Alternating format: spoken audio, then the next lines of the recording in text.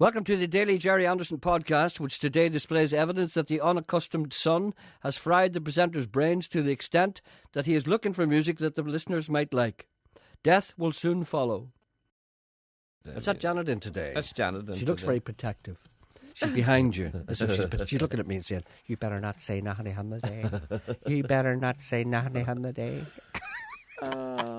Anyway, what I was saying was, I was looking at an email, and this person said, apropos the choice of music, says, why don't I play something to reflect the lovely weather that we're experiencing? And I think perhaps I should make an effort to do that. And I'm rummaging through my CDs at the moment to find something appropriate that might remind the people that we're having beautiful, glorious weather today. Why are you only doing that now? Because I was not myself yesterday. No, but you should have been doing that from, say, 20 minutes to 10 this morning. But it never occurred to me, how do I know what the people want until I come down here and I get communications from them? You know it's a beautiful morning. People like nice, what happy, a beautiful uplifting music. morning. What? I was at the dump this morning. I'm surprised to see you back. Why were you in the dump this morning? You know the recycling depot. Oh, you bringing down your old grass? Yeah. That was a joke. You were bringing your grass. Now, I don't understand why people do that. All over this world. We cut the hedges last night, trimmed the hedges and put them in black bags and then take them to the recycling place. I would never think of doing that. I would never think of doing that because, as far as I'm concerned, grass is, it's nature's, bounty. It's a great service. It's a wonderful service, and indeed it should be encouraged, and more people should bring their grass. I kid you not. As I was driving out of the recycling depot this morning, I spotted... I've never said that before. Let me say that. I was driving out of the recycling depot this morning, and I spotted... I'll tell you what I spotted. I spotted a container. Yes. This is true. I spotted a container for plastic bottles. And do you know what I thought? What? I thought... I should go back to the house. We made of some plastic bottles somewhere in the house. You thought you were missing a trick here? I just thought, look, they've got a container, let's use it. You see, this is what happens. You see, people produce all these containers and then people go home and try and find things to fill them in. Whereas in actual fact, if the containers weren't there at all, the people would just put them in the bin as they normally do. A rare appearance on television by the presenter is greeted with much excitement amongst the staff, whose delight at the presenter's visibility and high media profile is obvious and indeed infectious. Or maybe that should be infected. I'm reminded I was on television last night. Did you see me on television last night? I didn't know that. I'm reminded by a person who sends me an email. Oh. They repeated a programme called The Shirt Factory Horn. Oh, I'm sitting telling lies. Dreadful programme. Thank you. Dreadful. I'm having. Did you? Thank you. I'm glad you enjoyed it. I turned it off. I saw the start of it. And I said, Did you turn it off when you saw me? No, I turned it off. I saw a couple of ladies coming out of a house and walking down the street. And I said, "Oh God, I've been there before. I saw it before." Yes. You're very quick to judge, aren't you? I've saw it before. It's a repeat. On the M1, there's one lane closed in both directions. I'm having trouble getting my head around this one. You can only go one direction in one lane, so surely she meant two lanes, one in one direction, a second lane in the other direction, a point that you're probably making yourself. Yes, I suppose if she had said two lanes closed, that would be equivocal insofar as one wouldn't be sure if these two lanes in one direction. Right, I get it now. Forget I spoke. And if she had said two lanes closed in both directions, there would be four lanes. It's too early in the morning for me. See, a lot of these people, they can't deal with that stuff in the morning. Now, the reason why we're here, we're here to help. Did you not see him? See whom? Your wee man. What wee man? Your wee man last night. I need more information. What wee man is that you refer to? The wee man that you're going to tell your Elvis story to. Graham Norton. Correct. Oh, talking to Mark Lawson on Yes. BBC4. No, I didn't see that. I'll watch it sometime on iPlayer. I'm an iPlayer man. Yeah. I don't like watching things as they occur. They make me nervous. Dear Jerry, It was very good. What? It was very good. Well, he's a very nice guy, isn't He came across a very nice, modest I've always person. told you that. Did He's tell not me the that. gobshite you hear and see on television. You told me that. He's a very nice guy. I've talked to him on many an occasion. I remember I talked to him for 2 hours one time. He's a very interesting guy. He's very interested in, all How things. many times is many's an occasion? I've spoken to him 5 or 6 times. Different 5 or 6 times. I know you don't believe me. I don't believe that 5 or 6 times. I don't believe you. I know you don't believe me. Yeah. I'm expecting you, Doubting Thomas. Yes. You know what Jesus said? No. Doubting Thomas. No, here, do that. She's forgotten her code. No, Janet has already knocked. Oh, I didn't hear her knocking. Come in, Dungannon, I hear your knock. Long, hungry Cookstown, where the stones are tied and the dogs let loose. People don't say that anymore. See, Janet has a rubber end on her It's always to be it's to be recommended. Dear Jerry, have you never know who you'll meet, Janet. You know, oh, you're safe enough in there. I'll tell you that. Dear Jerry, I have listened to your program all my aware life. Has anybody ever said that to you before? No. I have listened to your program all my aware life. No, that means ever since he remembers. Yeah. What are you doing? Are you talking to somebody? Who, me? No, I'm talking to him. I'm laughing at Aware Life. I just repeated it. I'm going to use that. I said, I love that. I have been listening to your program all my aware life. life. Can you imagine you kind of lying there in the cot going, did you do that when you were a baby? No, but do you have any folk memory of you doing that in a baby? No, many babies blow theirs. And then there comes a part when you go, the radio. That on the radio. And your daddy says, there's the man in the radio. Listen to the man in the radio. And you go, what? What man in the radio? Isn't there a nice man in the radio? Let me turn it up. And then there's me.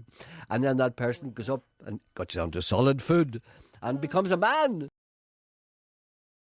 Ordinary people turn to the presenter when faced with musical choices that they cannot avoid. Marriages, births, anniversaries, bar mitzvahs, all grist to the mill for the presenter whose vast experience can be tapped into, or as we say here in the Northwest, tapped empty.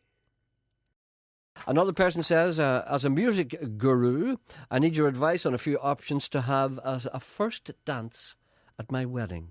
I don't want any mainstream nonsense. I will survive. Once I was afraid, I was petrified. Doesn't want any of that. That's not a first dance song. A lot of people regard that as being their favourite song. It might be their favourite song, but it's not a first dancer.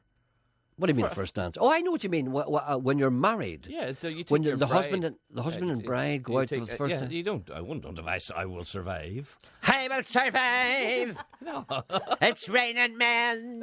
Hallelujah. It's raining men. The first time ever I saw your face, or something like that. Now I wouldn't choose that. That's the type of song. The first time ever I saw your bake. Yeah. The first time ever I saw your bake. Yeah. What would you choose if you were getting married again? I think, now let's paint the picture here. Now, I've never been married properly. Right. No, but you know the way you have a wedding reception and everything, for swanky people. What happens, the people said, there's a time now for the bride and groom to dance now.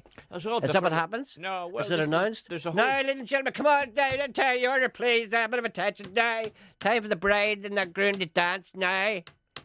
And then they get up and they say, oh, no, come on, you have to. If you're from Derry, you have to. And then the music starts. Once I was afraid, I was petrified. What would you choose? I don't. That's a good one. You've caught me unawares here. Strangers in the night. I couldn't be strangers in the night. So lonely people. You're distorting. I know I'm disturbing deliberately. The resumption after an 18-month hiatus of the crack series Mad Men has excited the presenter, who revels in quality. Alas, The Voice, Titanic, Underwater Downtown Abbey, and Britain's Got Talent will undoubtedly triumph in the ratings, which is only as it should be. Do you know what's starting again tonight on Sky Atlantic? Guess what? The 5th series of Mad Men. You snort. Pink knickers. Pink knickers? Yeah. That's it. One of the best dramas ever. Pink knickers is what you say? Why do you say pink knickers? You. Me? I'm pink knickers? Yeah. What do you say pink knickers for? What is it? It's what? It's the best... it's compact. It's compact? Yeah, that's what it is. Compact? It's as bad as that. You've an idea how the number of people have no idea what you're talking about? You tell them what compact was. I'll tell them what compact was. Compact Yeah. was a TV series in 1959. No, it was not. I'm telling you. When was it was then? Not. When was it? I would say it was 62? Late 60s, was it not? Wasn't late 60s, no. What? Far before that. Far before that. Well, go on. And about an office. You see, that's an old soap. It's like Crossroads. You're comparing Crossroads to Mad Men. Yeah. No, I'm not comparing Crossroads. Gobshite. All it is just love. It's just all it is just love. Oh, hold on a second. No, I think Shakespeare wrote Romeo and Juliet. All that was about love. Yes, Romeo and Juliet. That's all. It's just about love. All it is about people having I'm turning you off. An epic encounter between two of the giants of the Northern Ireland political scene as two titans lock horns. Sparks will undoubtedly fly. They're called titans because they never buy a drink. Boom, boom. I'll ask the questions, Eamonns, and you try and answer as well as possible. I was just walking the other day to a colleague of mine in Stormont. I know people here call Stormont, but it's called Stormont. And I said to the guy, one of the most able politicians I ever met in my entire life was a young chap from London called Eamonn McCann. But he's never put himself forward for office. So I've got the opportunity to look at you now and say, Eamonn, why have you never worn a suit? Why have you never worn a suit? Because if you'd worn a suit and talked all the crap, you'd become a politician and get your nose into the trough, get your snout into the trough, the same as the others. So all I'm asking you is why. I'm trying to answer. I know, what am I to say to that? Have you no imagination? I can't respond to that accusation. You're being overly modest. Overly modest. Absolutely ludicrous. Come on here and ask me such a stupid question. I'm disappointed in you. All I'm asking you, Eamonns, all I'm asking you is why you if I choose to wear denim, does it make me a lesser person? Well, as a matter of fact, I still care. I care passionately about the people of the Bogside. I care passionately about the people of Derry City. In the eyes of the electorate. I care about the people of Northern Ireland. I care about people who haven't got work, people who are behind with their rent and the rates. And I still care passionately about I understand that perfectly, Eamonn, and I understand that the reason why you don't want to be a politician is because you care about people. Because the people who are politicians don't care about people. All I'm asking and trying to get out of you is this: would you not go to the level of wearing a suit? Oh, yes. I'll go tomorrow morning. I'll go tomorrow morning to Burton's and get measured for a suit, and that will make me a better person. You can always pay them 50 shillings a week. You can always use the installment And then plan. I'll be elected. Oh, look at McCann. He wears a suit. Elect him. Get your snout into the trough like the others. I'll put your snout, like the others, in the trough. That's why you've never been elected. You're violent. One man, one suit. Is that what you want? One man, one snout. Thank you for listening. Back tomorrow.